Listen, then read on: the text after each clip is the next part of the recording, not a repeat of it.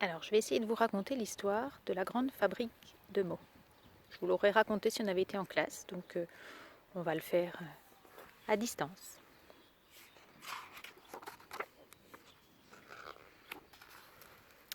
Il existe un pays où les gens ne parlent presque pas.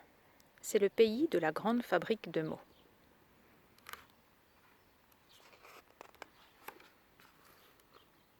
Dans cet étrange pays, il faut acheter les mots et les avaler pour pouvoir les prononcer.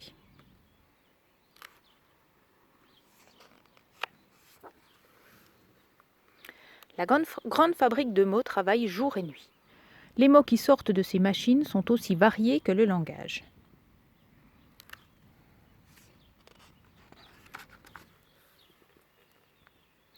Il existe des mots qui valent plus cher que d'autres. On ne les dit pas souvent, sauf si on est très riche. Au pays de la grande fabrique, parler coûte cher.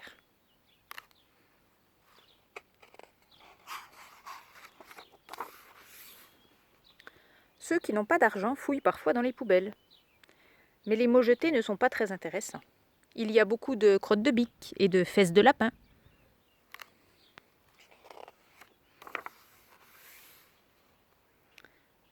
Au printemps, les mots peuvent s'acheter en promotion.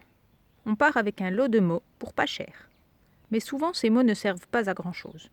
Que faire avec ventriloque et philodendron ?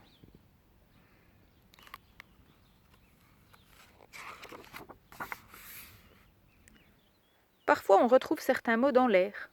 Alors ce jour-là, les enfants se précipitent avec leur filet à papillons. Ils sont fiers de pouvoir dire quelques mots à leurs parents, le soir au dîner.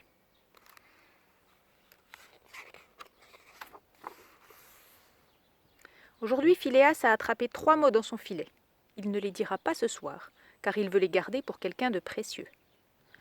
Demain, c'est l'anniversaire de Cybèle. Philéas est amoureux. Il aurait bien aimé lui dire « je t'aime », mais il n'a pas assez d'argent dans sa tirelire. Alors il lui offrira les mots qu'il a trouvés. Cerise, poussière, chaise. Cybèle habite dans la rue d'à côté. Philéas sonne à sa porte. Il ne dit pas « bonjour, comment ça va ?» car il n'a pas ces mots en réserve. À la place, il sourit. Cybèle a une robe rouge cerise et elle sourit aussi.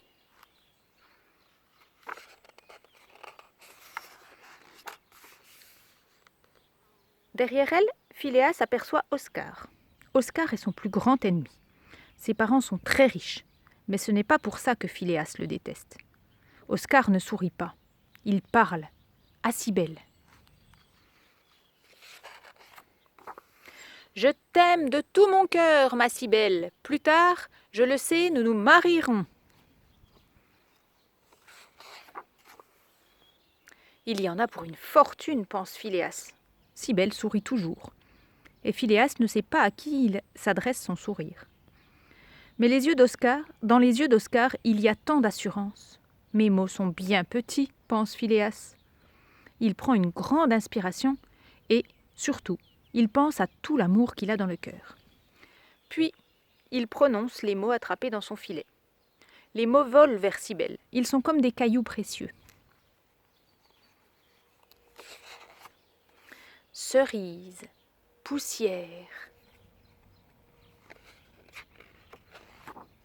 chaise.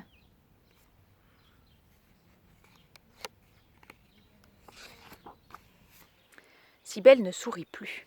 Elle le regarde. On dirait qu'elle n'a pas de mots en réserve. Alors elle s'approche doucement et pose un doux baiser sur le nez de Philéas.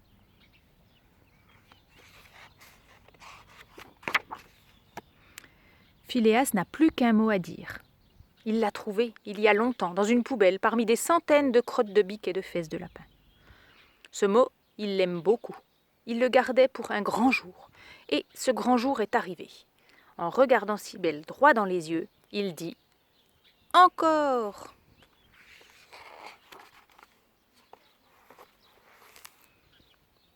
Voilà.